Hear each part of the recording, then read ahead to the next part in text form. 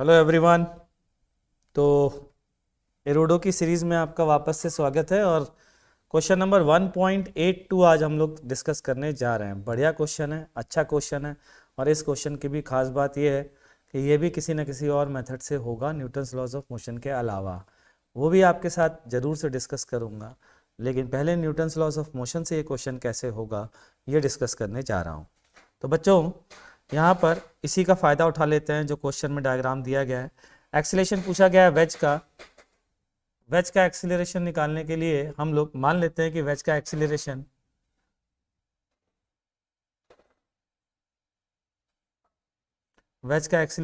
ए है। अब यहाँ पर ये है टी। अगर मैं आपको पहले भी बता चुका हूँ कि जब भी आप वेज का एक्सीलरेशन निकालेंगे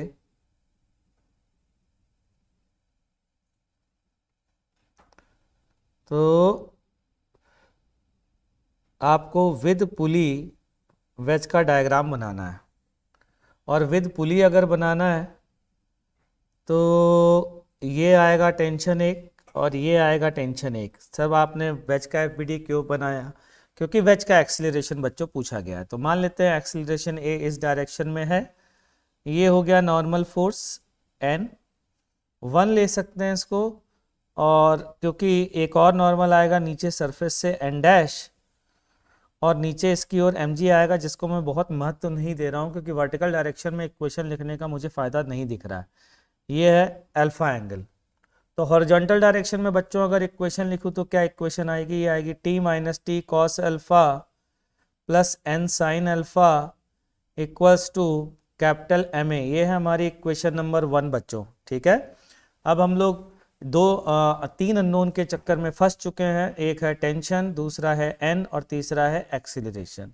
यानी कि हमें 2 इक्वेशन और चाहिए। मैं आपको सोचने का तरीका भी साथ में बता रहा हूँ। अब हमें 2 इक्वेशन और चाहिए का क्या मतलब है? अब हमें 2 इक्वेशन और चाहिए का मतलब है कि बच्चों वो 2 इक्वेशन क्यों चाहिए तो पता है ही। यहाँ पर जाहिर सी बात 3 इक्वेशन 3 अननोन होंगे तो ही सॉल्व हो पाएंगे। वो 2 इक्वेशन कहाँ से लाएं? तो मेरे दिमाग में एक बात आई। वेज जो के फ्रेम में जाके अगर मैं ब्लॉक का एफबीडी बनाऊं तो मुझे 2 परपेंडिकुलर डायरेक्शन ऐसे मिलेंगे जिनके अलोंग एक्सिस इक्वेशन लिखी जा सकती है। लेकिन उसके पहले मुझे समझना पड़ेगा कि इस वेज का एक्सीलरेशन के साथ साथ इस ब्लॉक का एक्सीलरेशन कितना होगा। वो समझना है आसान, बड़ा सिंपल। कैसे?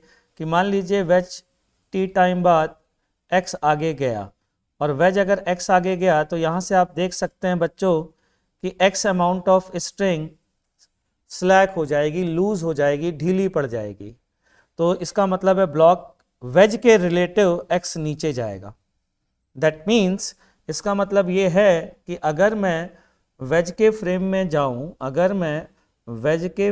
जाऊं और एफबीडी बनाऊं ब्लॉक की, तो ये टेंशन वेज के फ्रेम में है, विद रिस्पेक्ट टू वेज है बच्चों, तो स्यूडो फोर्स भी लगेगा। एम ए वेज के फ्रेम में जा रहा हूं, ये हो गया नॉर्मल, ये हो गया एम जी। ठीक। अब वेज के फ्रेम में अभी थोड़ी देर पहले मैंने डिस्कस किया है कि वेज के फ्रेम में X amount of string loose होगी अगर ये वेज एक्स आगे जाएगा, और वेज के फ्रेम में ये ब्लॉक भी एक्स नीचे जाएगा। तो क्या मैं कह सकता हूं कि इसका एक्सीलरेशन ए इस डायरेक्शन में होगा? बढ़िया बात है भाई। अगर ये कह सकता हूं तो अब है इक्वेशन लिखने की बारी। ये एंगल अल्फा है और ये एंगल भी अल्फा है। तो मैं एक्सीलरेशन के अलोंग और एक्सीलरेशन के परपेंडिकुलर दोनों डायरेक्शन में इक्वेशन लिखने जा रहा हूँ। तो एक्सीलरेशन के अलोंग पहले लिखता हूँ।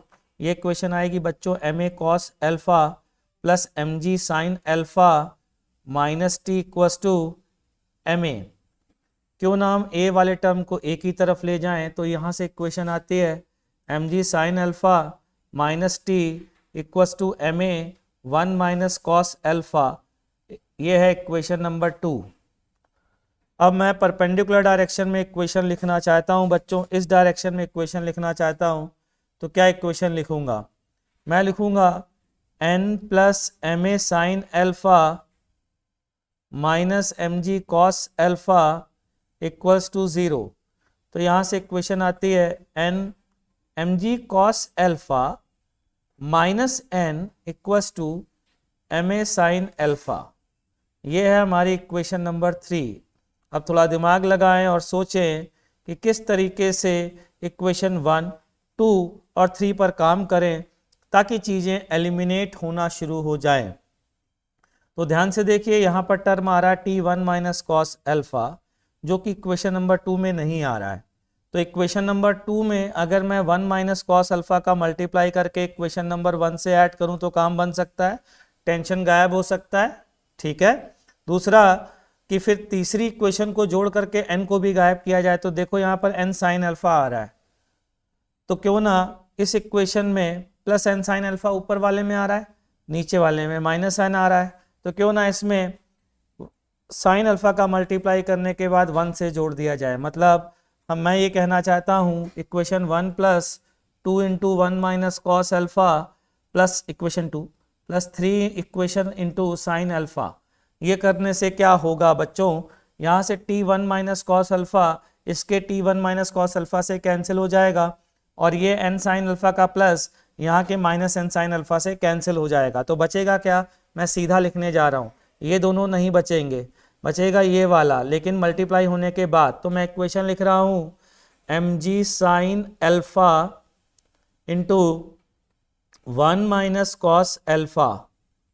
ठीक है, लेफ्ट हैंड साइड वाली इक्वेशन। और थर्ड इक्वेशन को देखो तो n गायब हो जाएगा, केवल ये बचेगा, और ये कितना बचेगा, plus M G sine alpha cos alpha. ये हमारे पास बचा। जरा एक्सीलरेशन वाली साइड देखते हैं बच्चों क्या आएगा। तो पहला आएगा एम ए, दूसरा आएगा 1 माइनस कॉस अल्फा, मल्टीप्लाई हो गया तो स्क्वायर बन जाएगा, और साइन अल्फा का मल्टीप्लाई बन गया तो साइन अल्फा का भी स्क्वायर बन जाएगा। तो ये आएगा बच्चों एम ए, पहले वाले में सिर्फ ए है, ध्यान रखिएगा सभी लोग। अच्छा, एक चीज़ और मिसिंग है, मैंने कैपिटल एम ए और स्मॉल एम ए को थोड़ा सा मिक्स कर दिया है।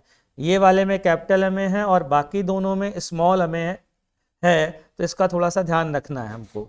चलिए कोई बात नहीं, ज़्यादा गलती हमसे हुई नहीं है, क्योंकि लेफ्ट हैंड साइड जो है इस पूरी इक्वेशन में लेफ्ट हैंड साइड की अगर मैं बात करूँ तो हर जगह स्मॉल एम ई था, इसलिए ज़्यादा टेंशन लेने की ज़रूरत नहीं है। केवल राइट हैंड साइड में कैपिटल एम ए एक बार इक्वेशन में आएगा। ठीक है, तो इक्वेशन आएगी हमारे पास capital M plus small M 1 minus cos alpha का whole square plus sine square alpha.